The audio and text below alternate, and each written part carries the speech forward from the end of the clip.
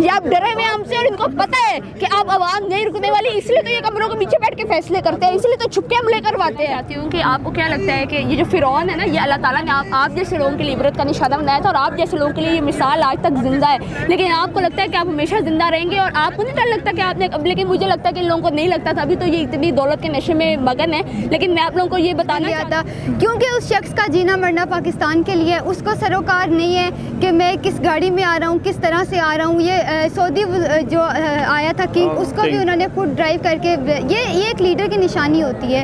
ये लोग गीदड़ हैं, ये ज़िंदगी दी है, नया जज्बा दिया है, इस कौम को एक उम्मीद दी है। अगर वो निकल सकता है तो हम भी निकल सकते हैं। अस्सलाम वालेकुम। ये आप इस वक्त रात को क्यों निकले हुए हैं घर से बाहर? इस वक्त हम इससे निकले हुए हैं कि इमरान खान पे इन लोगों ने बुज़दिलाना हमला किया है, कातिलाना हमला किया और अल्लाह ताला ने उनको नई ज़िंदगी दी है। और हम इन लोगों को ये बताने निकले हैं कि अगर आपको लगता है कि ये करके आवाम जो है डर जाएगी, इमरान खान डर जाएगा, तो एक बहुत बड़ी गलत फहमी, क्योंकि आवाम अब पहले से ज़्यादा ताकत से निकलेगी और पहले से ज़्यादा जज्बा और जुनून है हमारे अंदर। और आपने हमारे खून को ललकारा है, आपने बहुत बड़ी गलती की, क्योंकि पहले तो हम सिर्फ इस्लामाबाद जा रहे थे, लेकिन अब मुल्क का चप्पा चप्पा भरेगा और अब हम आपको नहीं छोड़ने वाले। आप नहीं छोड़ने वाले, लेकिन वो तो बड़े ताकतवर किस्म के लोग हैं, उन्होंने अरशद शरीफ को दूसरे मुल्क में मार दिया। अगर आप 75 साल हमारी तारीख देखें तो सबसे पहले गोली लियाकत अली खान को मारी गई पिंडी के अंदर, और तब से लेके अब बेनज़ीर, फिर अरशद शरीफ और अब इमरान खान साहब, पता नहीं उनका निशाना चूक गया या वो डराना चाहते थे, ये नहीं पता अभी। ये बिल्कुल आप सही कह रहे हैं कि उन्होंने 75 साल हमारे पे हुकूमत की है, लेकिन अब ये वो 1970s का दौर नहीं है कि हम डर के बैठ जाएंगे। अब कौम जाग चुकी है, यहाँ माएँ, बच्चे, बूढ़े, हर कोई अपने 2-2 महीने के बच्चों के साथ आएंगे। अब ये वो कौम नहीं रही, कौम अब जाग गई है। अब हमें पता है हमने अपने हक के लिए लड़ना है। जब हम छोटे थे हमें नहीं पता था, इस उम्र में नौजवानों को नहीं पता होता था कि ये सियासत क्या होती है, हमें समझ नहीं आती थी सियासत क्या होती है। इमरान खान ने हमें ये शऊर दिया है और अब हम जो है ना, हम इनको नहीं छोड़ेंगे। अब ये लोग भूल जाइए, और ये डरे हुए हैं। ये अगर ये डरे हुए ना होते तो ये काफी कुछ कर लेते। ये इमरान खान को बहुत पहले ही मरवा देते, ये कौम का जज्बा बहुत पहले ही ठप करके रख देते, लेकिन ये नहीं कर सकते। ये आप डरे हुए हमसे और इनको पता है कि अब आवाम नहीं रुकने वाली, इसलिए तो ये कमरों के पीछे बैठ के फैसले करते हैं, इसलिए तो छुपके हमले करवाते हैं। अच्छा ये बताइएगा कि गुजरावाला से लेके गुजरात तक सारे रास्तों में फ्लैक्सेस लगाई गई थी, वो किसने लगवाई? इमरान खान के ऊपर, इमरान खान के खिलाफ? आपने हामिद मीर का शो देखा होगा, उसमें उनके अपने वजीर ने फरमाया था कि हम लगा रहे थे बैनर्स और आवाम उतार रही थी। आवाम ने बिल्कुल वो बैनर्स नहीं लगाए, ये इन लोगों ने लगवाए। ये लोग एक वो डालना चाहते थे कि यहाँ पे लोग नहीं है और गुजरावाला की आवाम इनके खिलाफ है, लेकिन इमरान खान ने साबित किया है कि गुजरावाला जो है ना वो PTI का गढ़ है।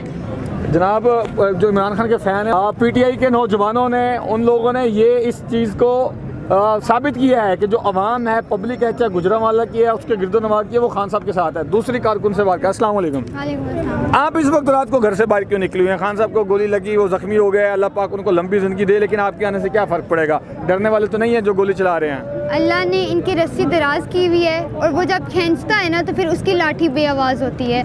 मैं सिर्फ ये बताना चाहती हूँ कि अगर इनकी इस घटिया हरकत से इमरान खान के हौसले पस्त होने होते तो वो शेर का बच्चा 6 महीने पहले अपने घर से कदम बाहर ना निकालता। वो 6 महीने से शहर शहर जाके एहतजाज सिर्फ इसलिए कर रहा है कि इस मुल्क का दर्द है उसके अंदर। उसको बहुत लेविश ज़िंदगी छोड़ के इमरान खान इस कौम के लिए आया है। ये इन घटिया हरकतों से ना उनके हौसले पस्त कर सकते हैं ना इस कौम के। अल्लाह का बहुत शुक्र है कि अल्लाह ने उनको नई ज़िंदगी दी है, नया जज्बा दिया है, इस कौम को एक उम्मीद दी है। अगर वो निकल सकता है तो हम भी निकल सकते हैं। तो इमरान खान लग्जरी लाइफ जो है वो छोड़ के आवाम की खातिर सड़कों पर आ रहे हैं, लेकिन जब प्राइम मिनिस्टर बन जाएंगे फिर भी तो लग्जरियस लाइफ मिलेगी, और फिर भी अपनी मर्जी से 3 साल 4 साल जब तक उनकी बात मानते रहेंगे तब तक वो हुकूमत में रहेंगे। जैसे अपनी मनमानी करेंगे, हुकूमत से उठा के फिर बाहर फेंक देंगे। अगर इमरान खान हुकूमत में आने के लिए ये हरकतें कर रहा होता ना तो वो वज़ीर आज़म ऑफिस में रहता, अपनी पूरी फैमिली के साथ रहता, अपने बच्चों को भी उधर ले आता, क्योंकि उस शख्स का जीना मरना पाकिस्तान के लिए। उसको सरोकार नहीं है कि मैं किस गाड़ी में आ रहा हूँ, किस तरह से आ रहा हूँ। ये सऊदी जो आया था किंग, उसको भी उन्होंने खुद ड्राइव करके, ये एक लीडर की निशानी होती है। ये लोग गीदड़ हैं, ये गीदड़ ही रहेंगे। अल्लाह ने इनकी रस्सी दराज की हुई है, अल्लाह इनको आजमा रहा है, इन्हें डरना चाहिए। ये ज़मीनी खुदा बने हुए हैं, इनको मैं बस ये पैगाम देना चाहूँगी कि इस दुनिया के बाद भी एक दुनिया है, इन खुदाओं से बड़ा भी एक खुदा है। बिल्कुल। मैंने एक और चीज़ चीज़ कहना चाहती हूँ कि आपको क्या लगता है कि ये जो फ़िरौन है ना, ये अल्लाह ताला ने आप जैसे लोगों के लिए इबरत का निशाना बनाया था और आप जैसे लोगों के लिए ये मिसाल आज तक ज़िंदा है, लेकिन आपको लगता है कि आप हमेशा ज़िंदा रहेंगे और आपको नहीं डर लगता कि आपने, लेकिन मुझे लगता है कि इन लोगों को नहीं लगता था, अभी तो ये इतनी दौलत के नशे में मगन है। लेकिन मैं आप लोगों को ये बताना चाहती हूँ कि इसके बाद भी एक ज़िंदगी और आपने अल्लाह ताला को जवाबदेह होना है। आप अपनी इस अकड़ से, इस दौलत के नशे से निकले, खुदारा अभी भी टाइम है। थोड़ी सी जो न्यूट्रल्स हैं, थोड़ी सी आप शर्म कर लें, अभी भी वक्त है, अभी भी वक्त है, थोड़ी सी शर्म हया कर लें। ये जो फिरौन की औलाद बनी हुई है, फिरौन की बाक़ियात में से हमारे ऊपर मुसल्लत जो लोग किए गए हुए हैं 75 साल से हमें लूट घसुट के खा रहे हैं, वो थोड़ी शर्म हया करें। इस दुनिया के बाद भी एक दुनिया है और इन सब जो आप लोगों ने दुनिया के खुदा बनाए हैं उनके ऊपर भी एक हमारा अल्लाह है जो सबको चला रहा है। इसके साथ मुझे इजाज़त दीजिए। पैगाम खान साहब को 4 साल पहले आपने कहा था मेरी कौम ने घबराना नहीं है, आज ये कौम पूरी कुव्वत के साथ कहती है खान साहब आपने घबराना नहीं है। और एक छोटा सा सवाल मेरा DGISI से है कि उस टाइम आपने प्रेस कॉन्फ्रेंस की थी, क्या इस अफसोसनाक वाक़े पे आप प्रेस कॉन्फ्रेंस करेंगे? और एक छोटा सा और सवाल हमारा आर्मी चीफ के लिए, आपने कहा था अब फ़ौज का सियासत से कोई ताल्लुक नहीं है, तो ये अब से पहले क्या था? बस एक मासूमाना सवाल। अब से पहले सियासत में क्या था? क्या आप प्रेस कॉन्फ्रेंस की जाएगी इस अंदरनाक वाक़े के बाद? और आप लोग तैयार रहें, ये जो अवाम है आप लोगों को पीछा नहीं छोड़ेगी, आप लोगों से इक़्तिदार लेकर रहेगी और ख़ुद हुकूमत करेगी। इसी के साथ मुझे इजाज़त दीजिए, बहुत शुक्रिया।